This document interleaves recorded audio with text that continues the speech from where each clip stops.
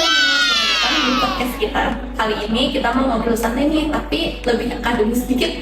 Karena kita akan membahas salah satu topik di akuntansi keuangan lanjutan, yaitu transaksi laba persediaan antar perusahaan.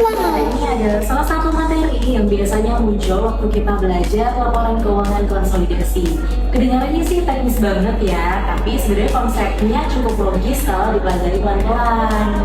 Yang pastinya nih banyak banget mahasiswa yang pastinya sih masih bingung karena ada istilah-istilah yang seperti downstream, upstream, kemudian ada eliminasi laba dan sebagainya. Nah, makanya di podcast ini kita coba bahas secara lebih santai, kayak ngobrol biasa, jadi semoga kita lebih paham dan mudah memahami. Oke, kita mulai dari pertanyaan paling biasa dulu nih. Kenapa transaksi antar perusahaan bisa jadi masalah dalam laporan konsolidasi? Nah, kalau kita bayangin, sebuah grup perusahaan itu biasanya ada perusahaan induk dan ada beberapa perusahaan anaknya ya. Dan dalam praktek bisnis, mereka sering melakukan transaksi satu sama lain, misalnya jual beli barang, jasa, bahkan transfer aset. Contoh paling sederhananya nih adalah penjualan persediaan. Misalnya perusahaan induk menjual barang ke perusahaan anak.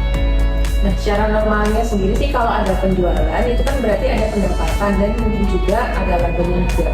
Nah, betul tuh Kak Salva, di laporan keuangan perusahaan induk, transaksi itu akan dicatat sebagai penjualan biasa. Tapi kalau dilihat secara keseluruhan dari sudut pandang grup perusahaan, sebenarnya barang itu cuma berpindah tempat aja. Iya, dari gudang perusahaan induk ke perusahaan anak, tapi masih dalam satu grup. Itu artinya barang itu kan belum tentu keluar dari perusahaan. Nah, disinilah muncul konsep yang laba belum terrealisasi tersebut.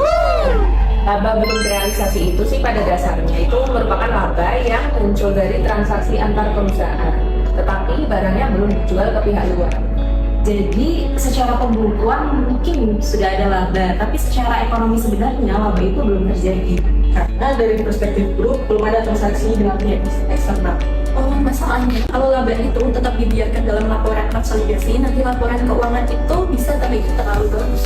Nah, iya, laba perusahaan itu bisa terlihat lebih tinggi dari kondisi yang sebenarnya. Selain itu, nilai persediaan juga bisa jadi terlalu tinggi karena mengandung unsur laba internal tadi. Nah, makanya dalam akuntansi konsolidasi ada proses yang namanya disebut eliminasi.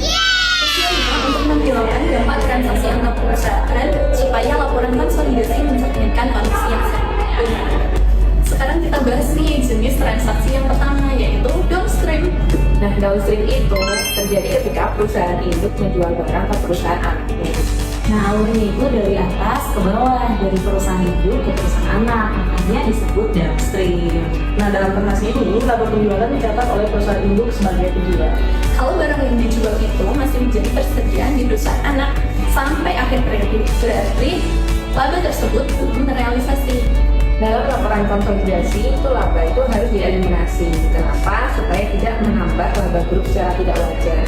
Biasanya eliminasi itu dilakukan melalui jurnal konsolidasi yang mengurangi laba dan menyelesaikan nilai persediaan.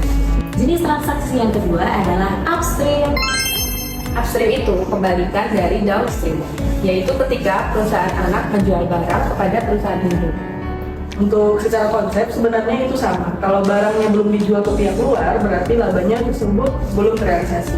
Tapi ada satu hal yang membuat upstream menjadi sedikit lebih kompleks, Yaitu karena laba tersebut berasal dari perusahaan anak. Laba perusahaan anak itu biasanya juga berkaitan dengan bagian laba untuk kepentingan non pengendali.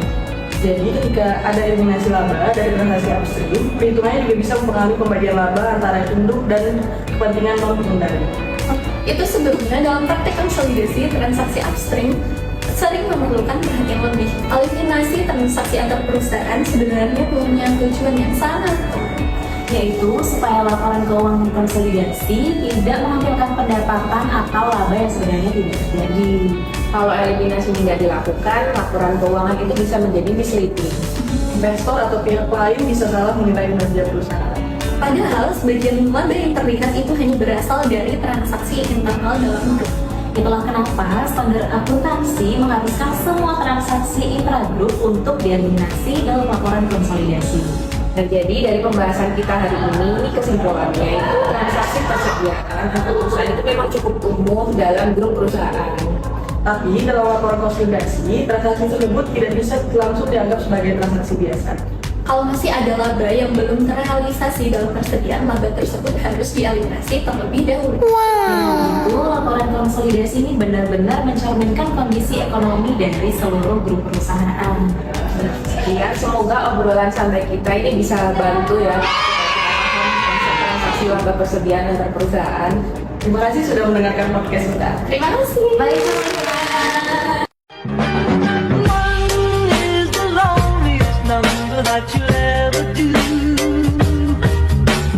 Two can be as bad as one. It's the loneliest number since the number